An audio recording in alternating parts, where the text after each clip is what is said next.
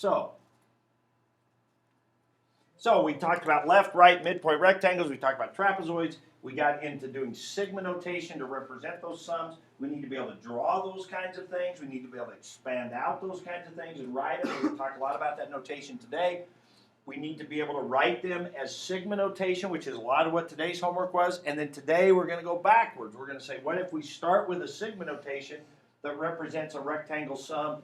What integral would that be that came from? What integral would be represented by that sum? And so we're going to do that today. And those are the main things that the quiz is about, kind of the main idea. So any one you want to take a look at, I'd like to go through one just for review anyway.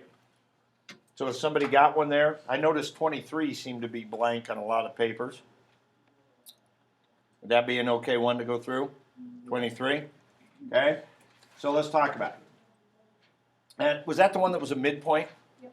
Okay, so we talked about how right rectangles are kind of the easiest one, just notationally. Your sigma can start at 1. We talked about lefts where it starts at 0, and then midpoints are just kind of strange. And how you work with the fractions is kind of the helpful part. And so I want to discuss that a little bit. So this was the integral from what? 0 to 5, square root of x dx, right? And so this in here is our f of x. Call that f of x. We'll use that. Now, we could draw a picture. You don't have to, and to be honest, the function itself doesn't really even matter. The only thing I really need the picture for is for the x-axis. So, all right, so I'm supposed to do 10 midpoints. Let's see, I had this right. Anyway, I'm supposed to do 10 midpoints, and I'm supposed to write the sigma notation that would be representing 10 midpoint rectangles. So what's your first step? Delta x. So we're going to get delta x, the width of each of those 10 rectangles, and that was going to be how much? Now I heard 1/2 and I heard 5/10. It doesn't really matter which one of those you use. I'm going to use 5/10. In this particular problem, it actually might have been easier to work with to use 1/2. That's not always the case. Well, since we have to do a midpoint, we need an even amount, right, to divide it up, right? And 5's not even, right? Here's why I'm going to go ahead and work with 5/10. Because what if this integral would have been from 0 to 3? That would be the width. 3/10, and then we don't have a choice, right? Then we've got to work with 3/10, and we wouldn't even have the, although we can make it 6/20, right? And that's what I'm going to do with this one, okay? So I'm going to go ahead and leave it 5/10, and because I think there's some value in having this number down here match this number here, but it wouldn't have to, so you could use 1/2, 2/4, whatever. Now, for something we're going to use later, especially when there's n rectangles, right? We want to do an infinite number, so we have to do the limit as n goes to infinity. If there's n rectangles, then there's real value in me doing this problem this way with 5/10 because it'll be a direct kind of connection. That's the main reason I'm going to do it. So I'm going to have one width is going to be 5/10. The next one's going to be 10/10. The next one's going to be 15/10. I think this is just helpful. And my last one's going to be 50/10. Now, since it is a midpoint, I would take that one step further. I would probably look at this then as 10/20. Now, when I go over here to write it, I'm not going to write 10/20. I'm going to write 5/10. But so I'm going to start doing this. So I'm going to say, okay, I got my first rectangle height times my width. So once I know my width, sometimes I'll just do this. I'll just write this much down. Because I know I'm going to have all this. It's kind of like when we do our sigma. Okay, I know every one of these is going to have this in it. Because I really want you to get this sense of height times width, height times width, height times width. On the quiz, you're going to have several problems where you're going to be writing this out, expanding this out. Because most of the time the directions will be write the sum. Write out L5 sum and evaluate. So I'm going to want you to write them out. Now there's 10 of them, we can do dot, dot, dot. If there's only like 4 of them, we should write them all out. Okay? All right. So now the question is what goes in here? Well, these are midpoints. So the midpoint's going to be right there. Well, what is that? 5/20ths. Now, here's where it's helpful for me to think of this as 10/20ths, right? It's helpful. Now, if I thought of that as 1/2, we know half that's 1/4, right? So we could have, or like Kelsey said, we could have thought of this as 2/4, use that as 1/4. I'm fine with that. You could have that in your answer and it would be just fine, okay? But half of 5/10, half of 10/20ths is going to be 5/20ths. So the first one here is going to be 5/20ths. Now, here's where we sometimes will run into difficulty. Is what's this next one? 15/20ths. A lot of times I'll get people put 10/20ths here, right? It's 15/20ths. And the reason for that is we have to add one full width on. Well, there's several reasons for it. Another reason would be this is 10/20ths and this is 20/20ths. So halfway between those two is 15/20ths. So that's one reason you know it's 15/20ths. Another reason would be you know you have to add on one full width to get from this midpoint to the next midpoint. So one full width means you have to add on 10/20ths onto your 5/20ths. So this is going to be 15/20ths. And the next one's going to be 25/20ths, 35/20ths. And what about the last one? That 90. Because the last one, you actually are half a width from the end, right? You're half a width from the end, just like here you're half a width from the beginning. So if the end is 100/20ths, which is another way of saying 5, 100/20ths, half a width from there is 95/20ths. Now, do you have to have that last one? No. I like to write, when I do this, I like to write several of them out, and I always like to write the last one just because then I can double check with my sigma to make sure it's giving me the right thing. If you're writing the sigma on one of these and you kind of expand it out, see the pattern, write your sigma, you don't write this last one down. I'm not going to count off that. So you don't have to, okay? So if you're struggling finding that last one, don't worry as much about it. Okay, so now let's write our sigma. So our I is going to go from what? 1 to 10, right? These numbers, somebody in the other class said 0 to 5. These numbers here have nothing to do with these numbers here. Okay, these numbers here are how many things we're adding up. We're adding up this many rectangles. Height times width, height times width, height times width. Okay? All right. So if you look at your sigma, the whole thing is about finding patterns. Every one of them has F. Every one has parentheses. Every one of them has 5/10ths here. Every one of these has a 20 on the bottom. Now, today we're going to be going backwards. Today we're going to have this sigma, and we're going to want to write this integral. Well, that's going to be your tip-off right there that this was a midpoint. When you see 10 there and you see 20 there. Okay? Because when you double that bottom number, that's when you're taking half, and that's where a midpoint's coming into play. All right, now what about the top here? How do we go from 5 to 15 to 25? We add 10. We repeatedly add 10. So, okay, well, yeah, if I do 5 plus 10i, then I would have to go from 0 to 9, which is fine. Now, midpoints are typically 1 to 10, but they could be 0 to 9. I kind of like saving the 0 to 9 for lefts, so I know for sure, but it doesn't matter. You can do this. This will be fine. You could go 0 to 9. Or if I put a -5 there, then I could go 1 to 10. Either way is fine. So you notice there's several different sigmas here that would be okay. All right? So -5 plus 10i. But we think of the 10i because we're adding 10 every time. When I is a 1, we get -5 plus 10, which is 5/20ths. Sure enough, we got 5/20. Put in a 2 for I, we get -5 plus 20, which is 15/20ths. Sure enough, there it is. And we could go all the way to the end to check, put a 10 in, we get -5 plus 100, which is 95 over 20, and yep, that's the last one. Okay, so everything fits. And what's your last step? Well, yeah. Yeah, take it out of the F notation.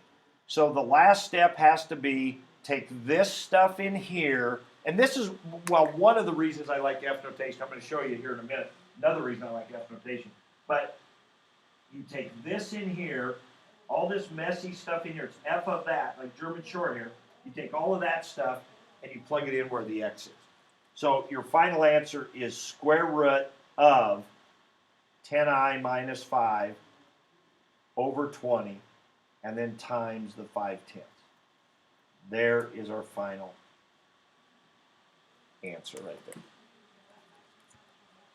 And you could bring the 5/10 out in the front. A lot of the problems in the book, they do that. A lot of the sigma notations you see, they've got the 5/10 out in front.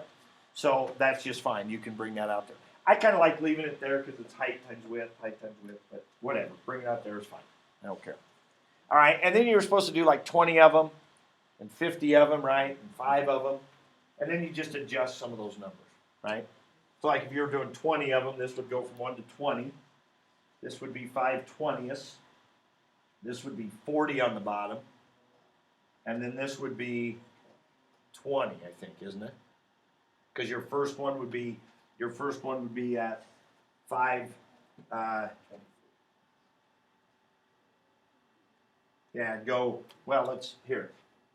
Let's just do it here. So if the width is 5/20ths, so this would be 10/40ths, right? 20/40ths. So your first one here would be at 5/40ths, right? So this would be 5/40ths. And then what's your next one? Am I doing that right? Yeah, that's right. So this would be 15/40ths, so it's still going up by 10. So you don't have to change that, do you? So it'd still be 10I minus 5 over 40. So the 10I minus 5 would still be the same. Okay? Because your width would be 5/20ths, so half of that would be 5/40ths. And then this width would be at the next one would be at 20/40ths, and so halfway there would be 15/40ths. Yeah, so that wouldn't change. Just those bottom numbers, and then this would change to a 20. Okay? So you don't really have to rewrite the whole thing. Yeah. So it's okay if we did it like with a half. So you had a half, and then you'd probably have 2i minus 1 over 4. 2I minus 1 over 4, and that's perfect. That's perfect. And then you'd have 1 to 10 still there. Yep. That's fine. All right. But I do kind of like, because a lot of the ones you're going to see, so the only reason I leave it like this is so it's going to be easier for us to go backwards. So a lot of the ones you're going to see is where the width is going to match this number up here. Okay, and that's just because I didn't reduce it. Once you reduce it, then they don't match, but it's still fine. I mean, it still works out. It just doesn't, the look isn't the same. Okay? All right, so that's basically what all of 13 and 14 and 19 and 20 and 23, they were all doing this. So definitely need to be able to do this in a variety of different circumstances for the quiz, right? I might just say, here's an integral, give me an L4 and draw the picture, right? So I might want you to draw the picture square root of x. I'm probably going to let you use calculators on the quiz just because you're going to be adding up some stuff. So just to be adding up, I want you to be able to have it for that. So you could graph square root of x so you know what it looks like if you can't remember. And then you would put in your 4 left rectangles and write them out, right? And then add them up, calculate them. I might also ask you to compare. I think on the homework today they do that. They say evaluate the integral. Like we're going to do some backwards, so we're going to go from the sigma to the integral, and they'll say and evaluate the integral and compare it to the approximation. So you have to do your fundamental theorem, right? You have to go, not with your calculator, you're supposed to go ahead and do the antiderivative, do f of b minus f of a. So you might have to do some of that. You have to do some of the homework. There could be some of that on the quiz. So it'll be a variety of just doing these approximations. That's the main theme of this quiz. Now, we also might have it with functions. We also might have some with the table. So let's do this right now. Just in your homework there, you can just do this, or in your notes, whatever. Here's a problem we did a couple days ago. This is in page 355 in your book. We have this table of values for the function f. And we did, if I remember right, we did a left and we did a midpoint that day. Okay, so I want you to try this. Here's a table. Here's a function defined by this table. I want you to do the integral from 1 to 5 using 2 right rectangles. Now, you don't have to draw the picture. You can if it helps you, but you don't have to draw it. I want you to write out 2 right rectangles and find the sum. And then I want you to do the integral from 2 to 5 and I want you to write out 3 trapezoids and find the sum. Okay, let's take a few minutes to do that.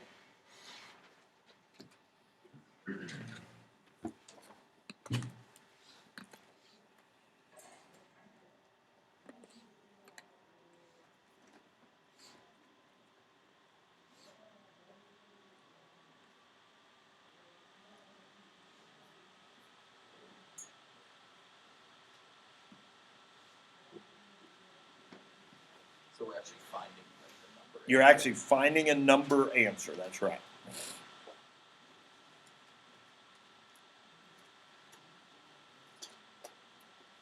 Yeah, so you this would be the example where you'd get to use your calculator on it.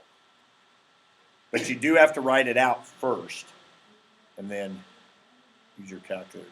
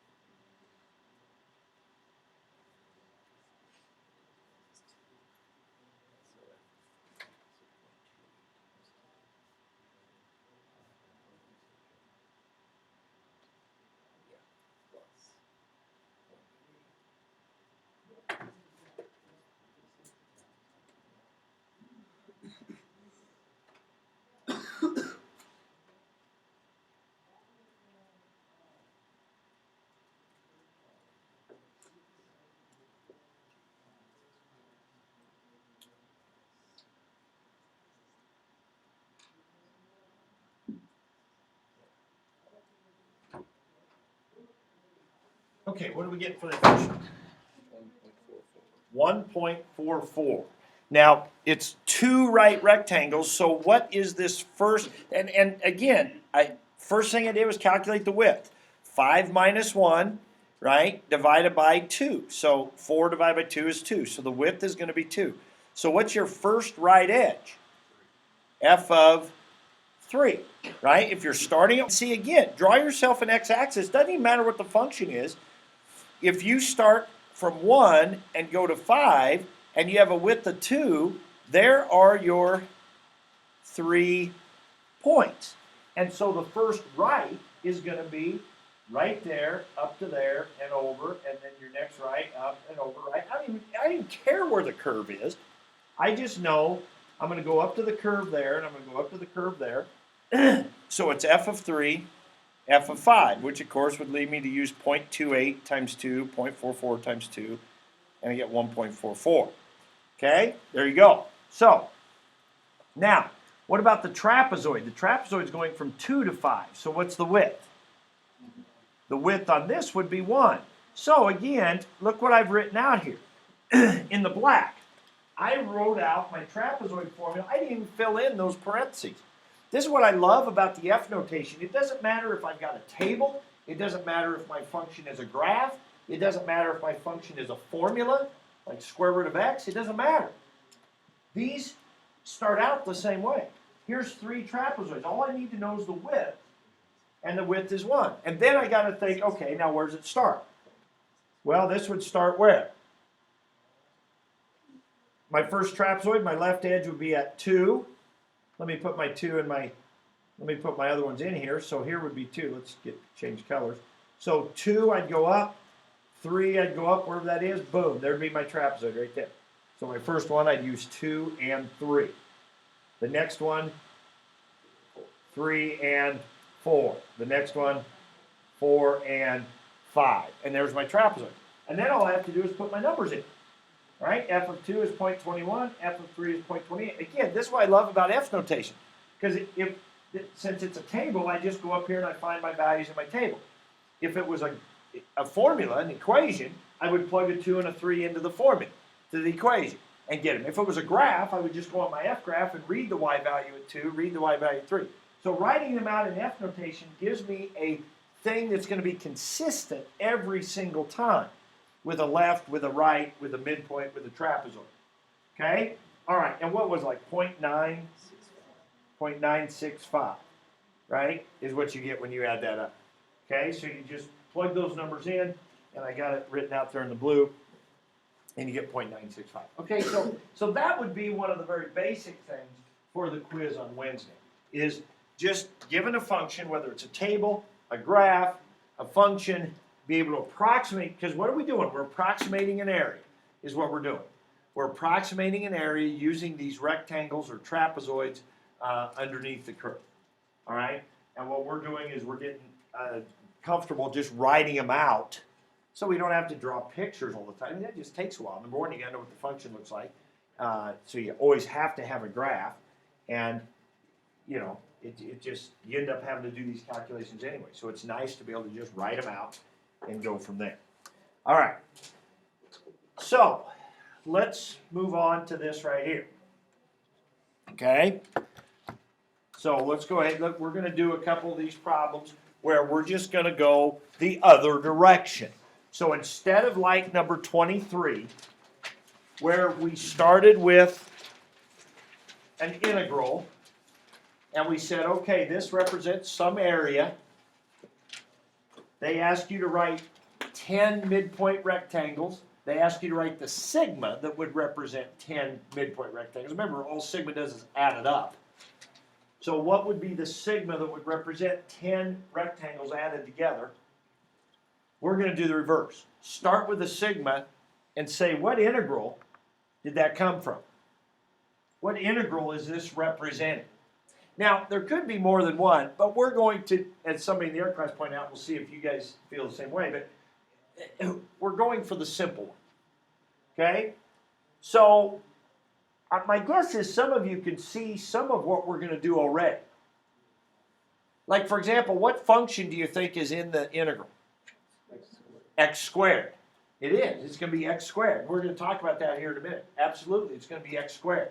Now, is that integral going to go from 0 to 9? No. These numbers here have nothing to do with those numbers that were on the integral, right? What does the fact that this one starts at 0 tell you? I have a feeling these were left rectangles. Now, it usually doesn't tell you that, but that's an assumption we're going to make. We're going to make that assumption to just give us the simplest possible integral that this could represent, because this sigma could represent other integrals, but we're going to stick with nice ones. Okay, now, come back to this. So let's see why these, some of you that were quiet there, if you're not seeing why they said x squared, let's talk about it. Look at what we ended up with here, and look at the integral that came from. Now, it never fails when I give people a problem like this on the quiz, like this, that they end up giving me some integral that looks like this. I end up getting the goofiest looking integrals that you ever seen. Now, think about the problems you had on today's homework. Number 13, number 14, number 19, number 20, number 23. Were the integrals ever really messy looking? They weren't. Now, can you have messy integrals? Sure you can. But in this context of these problems, we're not good. We're not good. Okay? So, when we've done these problems, like 13, 14, 19, 20, 23, we had these nice, neat, non-messy integrals that always ended up with messy-looking sigmas. Right? I mean, 10i minus this and fractions and all this messy stuff. Sigma, messy. Integral, not messy. I don't know a good way to say not messy. Clean. Like your room, like your bedroom maybe. Clean, messy. Sigma, messy. Integral, clean. That's what I want you to think of here. So, when we get to this problem, sigma messy, yeah, it should be. Our answer is not going to be messy. So, now let's look where these things came from. This part here turned to that part. Why? Well, here's the part I was talking about right here. Remember this part? Here's how F notation is going to help you here. All this messy stuff in here, what did we do with that? Plugged it in for the X. So where we see all this messy stuff is where the X was.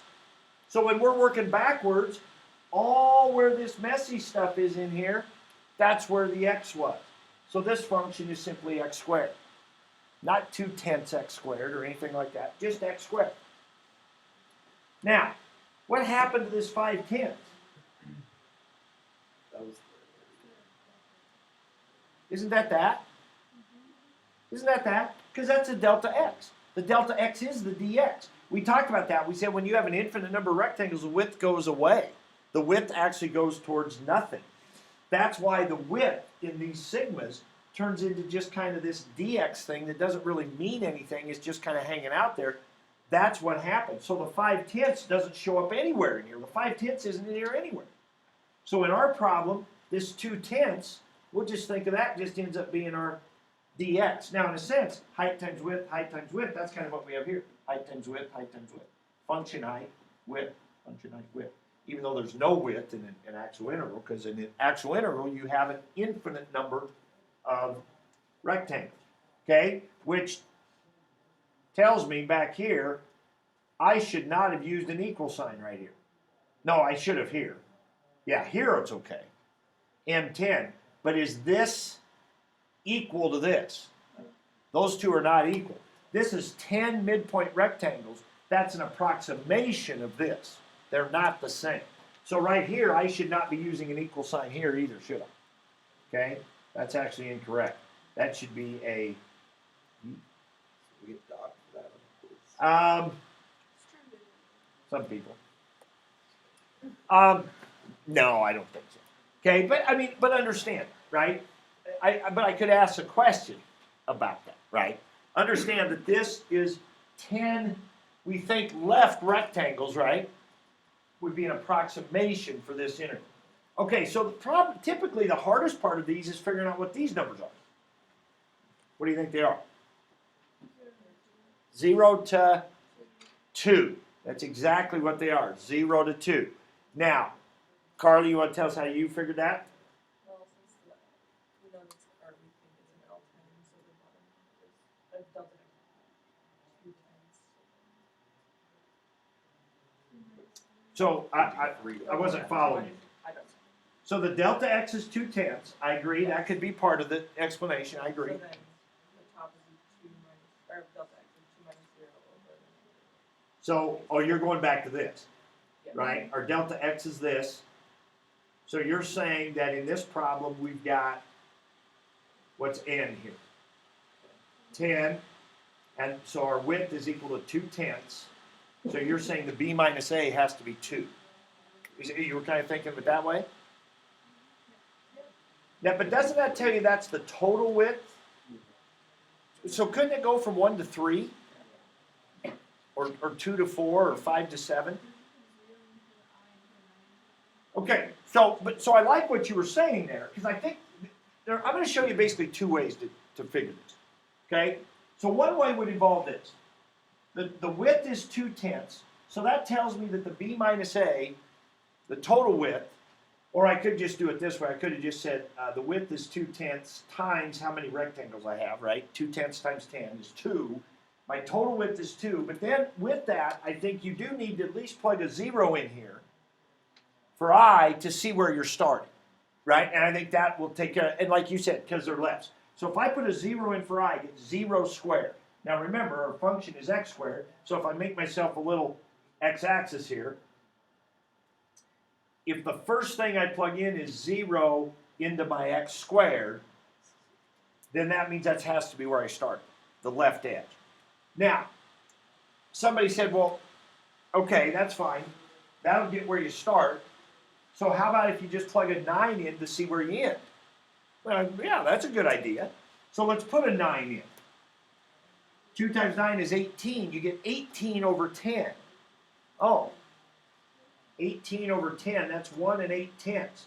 So does that mean, and I always get people that do this, does that mean your integral goes from 0 to 1 8/10? First of all, have we ever had integrals that did that? Now, could it? Sure, you can have an integral that goes from 0 to 1 8/10. It's just on these they're not good at. Sigma, messy, integral, clean. It's not going to go to 1 8/10. So why, when I put a 9 in, I get 1 8/10? What's that, Alec? Well, right, I get that, but I mean, that's the last left edge. What am I trying to find here? The far right edge of the problem. So the last left edge should be at 1 8/10 if your integral is going to 2, right? Because 2/10 is your width, so you're 2/10 short of the right edge, which you should be with the left. So when you plug the 9 in and you get 1 8/10, you say, oh, okay, add one width onto that, since I know these are lefts, and that takes me to a finishing of 2. Okay? Now, to be honest, the way I would probably do these is I would plug my 0 in for I to get my start, and then I would do this up here. I would take my width times how many rectangles I have to tell me my total width. Because if I know where I start, and I know my total width is 2, then I can figure out where I am quite easily. Okay? But I'm telling you, your integrals are going to be nice and clean and not messy. Your sigmas are going to start off messy. Can you Okay? go backwards? What's that? Well, like if you did that, how do you know you didn't go to -2? Like from 0, you not go backwards. Yeah, you can't go, well, oh, if I did what I was just saying about the total width Because of if the 2. total is 2, it could go 0, but then -2 on. Oh, yeah, that wouldn't happen. Okay. I mean, yeah, I guess if that was a negative, right? Put in 0, then 1, that'd be -2/10, and that'd be -4/10, and that'd be, right? And so, but I almost think, yeah, I've never seen one, so it's not going to happen. But I suppose that could happen, right? Yeah, that could happen. And then you might miss that there, so you probably have to take that into account. Yeah. Okay. All right. So we kind of had to hit those were lefts. It helped us figure out that when we put a 0 in, we get that. Now, somebody in the other class said, well, can you always, if you figure out it's a left, put a 0 in, and then just put a 10 in? for the last one because you know a left is going to stop one short. Now a right is going to go all the way to the end, but it won't start at the left edge, right? Matter of fact, let's do that next. Do this one here. See if you can write the sigma, or excuse me, write the integral for this one.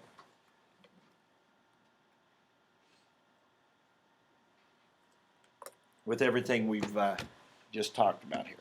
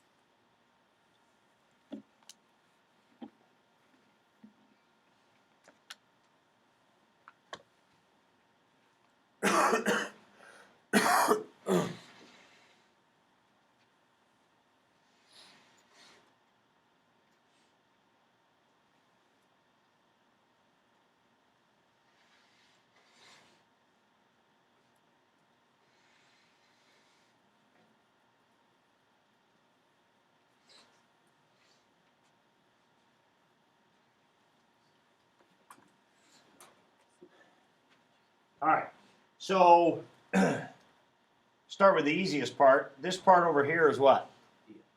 That's just the width. Now, sometimes on these problems, you'll see that out in front, right? The 5/100. So that's just the delta x, that's the width. And our guess for our function? Sine of x, that is exactly right. The messy stuff in here is where the x was. That's where the x was. It goes back to this problem we did here. When we write it in F notation first, we got all this messy stuff that we got when we generated these patterns. That stuff goes in for the x. So when we're working it backwards, where the messy stuff was. Now, I could generate this out. I don't think that's necessary. I don't think it's necessary to plug a 1, plug a 2, plug a 3, and generate that all out. We don't need to. We wanted to write that all out when we were writing the sigma, because sigmas are easiest to write if you have a pattern to follow. But we don't need to do that here. Okay? So now all we need to do is where do we start, where do we end? Now, somebody got it? 2 to 7. 2 to 7 is where this one's going. Okay? Now, again, the way I would do this one is I would start by plugging in a 1. When I plug in the 1, I get 205 100ths. Oh, is that where my integral is going to start? No, because it's a right rectangle this time, since it's starting at 1. So what that is 2 and 5 100ths. Well, that is my width. So that's, if I did my x-axis, here would be 2 and 5 100ths. It would be, right? It would be one width over from the left edge, which has to be 2. Now, again, somebody in their class said, well, if you know the right, and you know that starts 1 over, how about you just put a 0 in then for I? And that would work. Put a 0 in for I, you get 200 over 100, which is 2, and that's where you start. So that'd be fine. Just like here, I said you could put a 10 in for I. Since you know they're lefts, you're going to be 1 short at the end. So put a 10 in and see where it ends. So that would work. Okay? So it starts at 2. Then the 2 ways at this point, plug 100 in. So 200 plus 500 is 700. Divided by 100 is 7. So that's where it ends. The other way to do it is you know your width is 5 100ths, and you know you have how many rectangles? 100. So 5 100ths times 100 means 5, so your total width is 5, so you start at 2, you have to end at 7. Now, I will make a comment here that I have had people ask me about this, where they said, well, the thing that's changing is where the x would go, right? That's this stuff on the inside. This is the stuff that's changing every time I change it. And I have had people do this, and here's why, because sometimes they won't write their sigmas this way. Sometimes you might have seen this sigma split up, right? Wouldn't this be the same thing? Split this apart, right? So sometimes it's written this way. So I've had people look at this and say, well, this part would be where the x is, the part that's changing. So I've had people do this as the function, And then when they plug their 1 in for I, they get 5 100ths. They plug their 2 in, they get, and they say, well, the thing that's changing starts at 5 100ths, then 10 100ths. So it would have started at 0, right? Because that's the first left edge. So then they would have said this integral goes from 0 to 5. And you know what? They'd be correct. That is true. But what is it? Aren't these the same? What function is this? Shifted to the left. Well, if you take the integral of sine from 2 to 7, and then you take the sine curve and shift it 2 to the left, isn't that same piece of area going to be from 0 to 5 now? So I don't recommend this because I think, to me, it's just easier to think all the stuff inside the function was the x, and I think that's just easier then. I think what they like about that is that way then their integral could always start at 0. So it's just a shifting thing. So I guess you could maybe do that on one like that.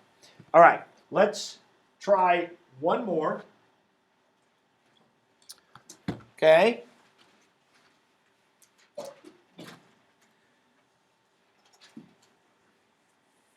These problems start out looking the messiest, but they're easier than the ones we did today, I think. Going from an integral to a sigma, you've got to expand it out. You've got more work to do because you've got to expand it out. You've got to see the pattern and then write the sigma. I don't think it's hard. I just think there's more work to do. On these, it's really more a matter, it's all there in front of you. All you have to do is just filter out the right stuff and stick it into the integral. Now, a couple things that are different about this one, first of all. It's a midpoint. Actually, why is it a midpoint? 2n on the inside. Because you got the n under here and you got the 2n under there. Just like that 10 and 20 we had when we did number 23 today. Good one. What else is different here? You got a limit as n goes to infinity. What's that mean? Yeah, sure. This time the equal sign does need to be there, right? This time we actually are going to find the exact area. It's an infinite number of rectangles, so we have an n on top instead. But how you do this as the integral doesn't change a thing. You don't pay any attention to that n goes to infinity here. It just means it'll be actually equal. So here we had 10 left rectangles. Here we had 100 right rectangles. Here we're going to do an infinite number of midpoint rectangles. But how we do this is going to stay exactly the same. Okay? So what are we guessing for our function? E to the x. We got a bunch of messy stuff on the inside. That's just where the x was. The 3 over n is just going to be the dx. Okay, now I'll give you a few minutes here to figure out the from what to what.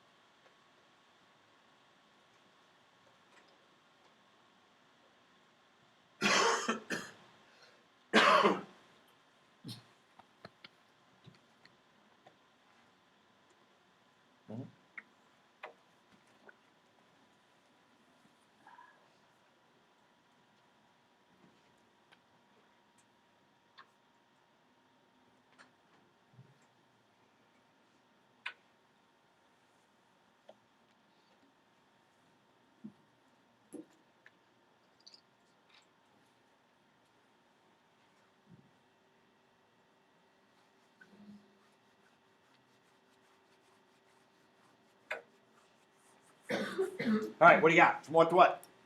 -1. So No. 2, 3. No. 3 to 6. 3 to 6. Now, why do we have so much trouble with that? How do you start? Plug a 1 in for k. That's where you got to start.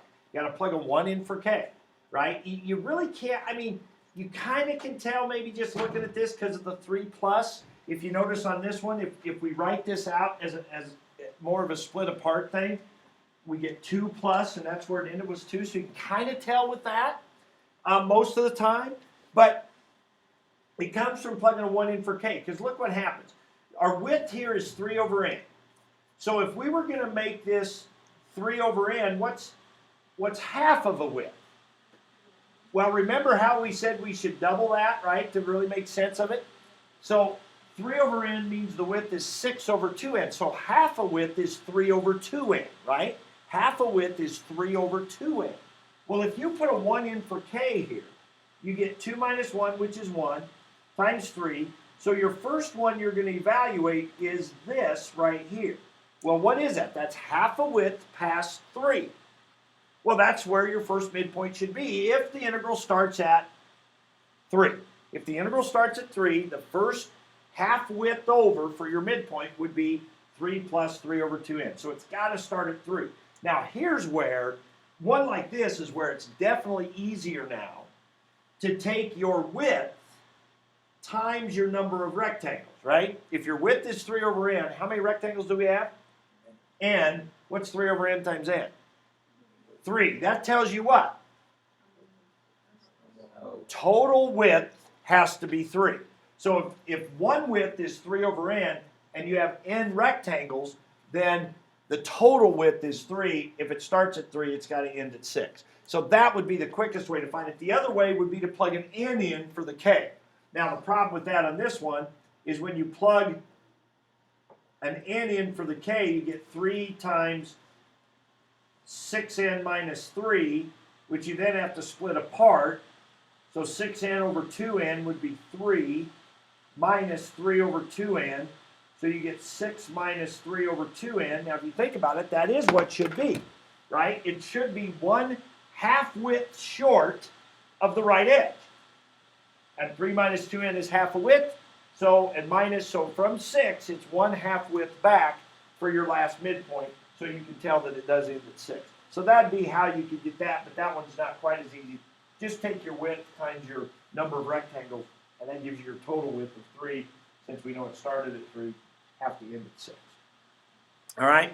So that's probably the trickiest part, getting where those things start. Now, somebody in the air class said, but couldn't you, well, this is a bad example, but on this one, couldn't we have had, like you plug a 1 in here and you get 2 and 5 100ths. Couldn't you made your integral go from 2 and 5 100ths to 7 and 5 100ths? Yeah, because remember, this is an approximation. So what we're saying is this is a possible integral that this sigma could have represented with rectangle heights. Let's just stick with the easy one. You're right, because somebody said, how do you know those are rights? Maybe they're lefts. Maybe they're lefts, and this integral went from 2 and 5 100ths to 7 and 5 100ths, right? And I guess that's true. That is true. Okay? So if you're going to do that, you might want to write me a little explanation that that's your thinking, because otherwise you may not get that credit. Where people actually go wrong, though, is they go 2 and 5 100ths to 7. They plug a 1 in, plug a 100 in, they get 2 and 5 100ths to 7. That's wrong, right? That would definitely be wrong, because that is not an interval that's 5 wide, so that's where you'd run into trouble. So I just think sigma's messy, integrals should be neat, nice whole numbers, nice easy functions, not a lot of crazy stuff in. Okay? All right. So, for your homework, that's where we're at this point. So basically your homework is going to be some of this. It doesn't take terribly long. Probably the longest part of the homework is going to be the last couple, where you're just going to do like a trapezoid approximation. So you're going to write out a trapezoid approximation. But most of this is just sigma to integral stuff. Now, if you look on page 362, it's kind of the same page we're on today, 27 through 33, the answers are just right there. If you've got that open, you might just peek at it real quick here. I wish they hadn't done it this way, but on 27 through 33, they say, explain why this sigma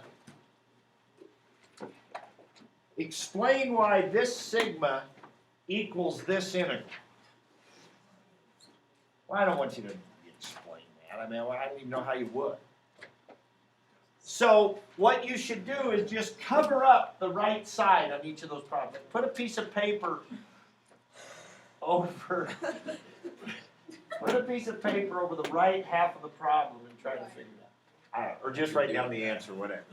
But it's up to you. I mean, if you need some practice in figuring these out, then you should, make sure you can do that. Otherwise, the other 4 is probably all the practice you need. So that's 27 through 33. 39 through 42, they didn't tell you what the answer is. They give you a sigma. You're supposed to write the integral. Okay, so those are the main 4, I guess, for practice. 45 is a table of values. You have to do a trapezoid approximation. Okay, so that's a good one to practice. And then 46 is another one, except it's another one where you have to write a sigma and an integral, but it's using units. It's kind of like when we said gallons per hour. We do the integral equal gallons. We have to look at the units to figure out how to set up that integral in sigma. Okay. Rest of the time's yours to work.